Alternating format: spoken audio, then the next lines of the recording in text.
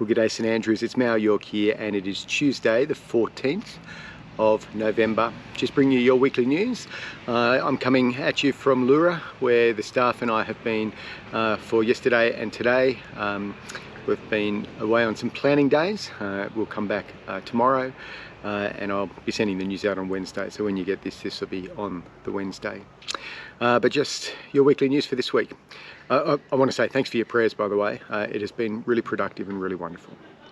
Well, the news for this week starts out with our Sunday services. It's continuing on in our series in the Lord's Prayer. Lead us not into temptation, but deliver us from evil. 8:30, 10:30, 5 o'clock and 6:45 p.m. are our services. So if I can encourage you to join us from there, and obviously live stream for those who are away or sick or vulnerable, that'll go out from our 10:30 congregation. This is also my last Sunday for 10 weeks. I'll be back at the end of January, about the 29th of January I'll get back. I'm away on long service leave, and that means we'll have an interim minister, a locums tenens it's called, and his name is Greg Olive. And Greg joined us yesterday up here at the staff retreat, and I interviewed him so you can meet him. So I'll play that for you now. G'day St Andrews, it's Mal York here and I'm here with Greg Olive. Greg is going to be looking after St Andrews as the locums tenens, is that right? Locum tenens sounds fabulous. Greg, do you want to just introduce yourself to St Andrews? Yes, it's going to be great being with you, and I'm looking forward to meeting and learning some of you and how the Lord has worked in your life. I grew up in Sydney. I graduated from Moore College in 1972 and began ministry in a couple of parishes before I became the senior minister of Fairfield, and life has gone on since then. I'm now retired. I've been married to Christine for 50 odd years.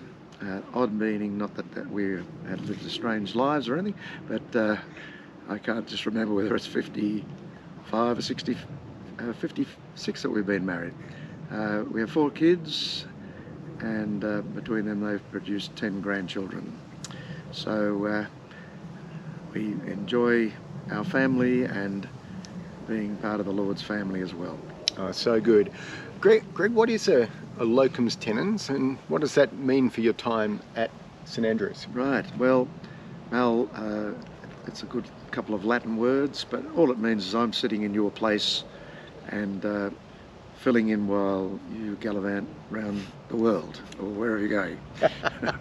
So good. So Greg's going to be working part-time at St Andrews as the locum tenens. He'll have the full authority of a rector, and he's going to be working on Mondays, Thursdays and Sundays. So you'll get to see him from next Monday in the office if you come around the office, but definitely from the following Sunday.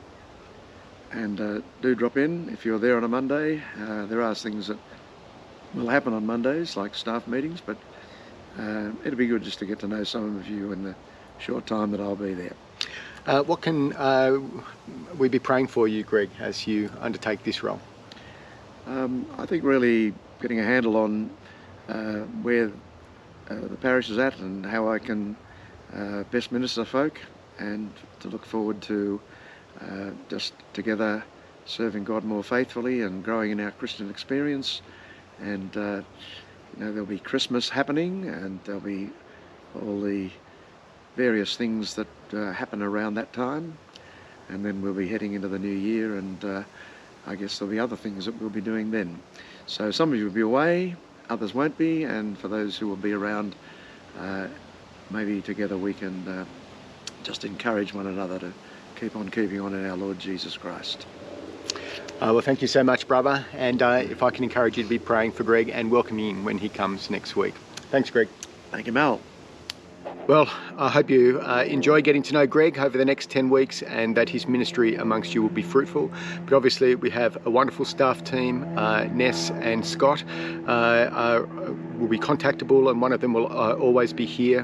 One or the other might be on holidays, but if you need any pastoral emergencies, then either be calling Scott or Ness would be perfect. Obviously any of the other staff team as well. We've got our prayer and praise night coming up on the 23rd of November. It's a church-wide prayer and praise night, and we're going to be led in prayer and praise by the youth band, so that'll be really wonderful. Please join us on the 23rd. As well as that, we're having a working bee on the 25th of November, so this is to get the site ready for Christmas from 8:30 in the morning to 12:30 in the middle of the day. We're getting a skip in. We're really wanting to clean the site. So if I can encourage you to come and join us on that day, that would be really wonderful.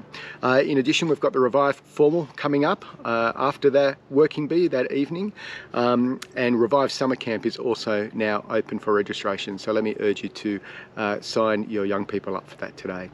And finally, friends, we'll be sending out a couple of emails this week. One will be a sign up for the carols on Clanville, which is really fast approaching. We need some people to help out with setup, pack up, and throughout the event. So if you are willing and able and can volunteer for that evening, that would be really wonderful.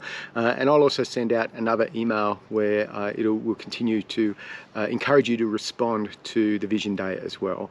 And this will particularly have a list of ways that you can serve the church if you're not currently serving at the moment. So if I can encourage you to look out for them as well. Well, that's your news for this week. Quite a lot happening. Look forward to seeing you in 10 weeks, and please pray for Heather, I and the family as we're away. But until then, take care and God bless.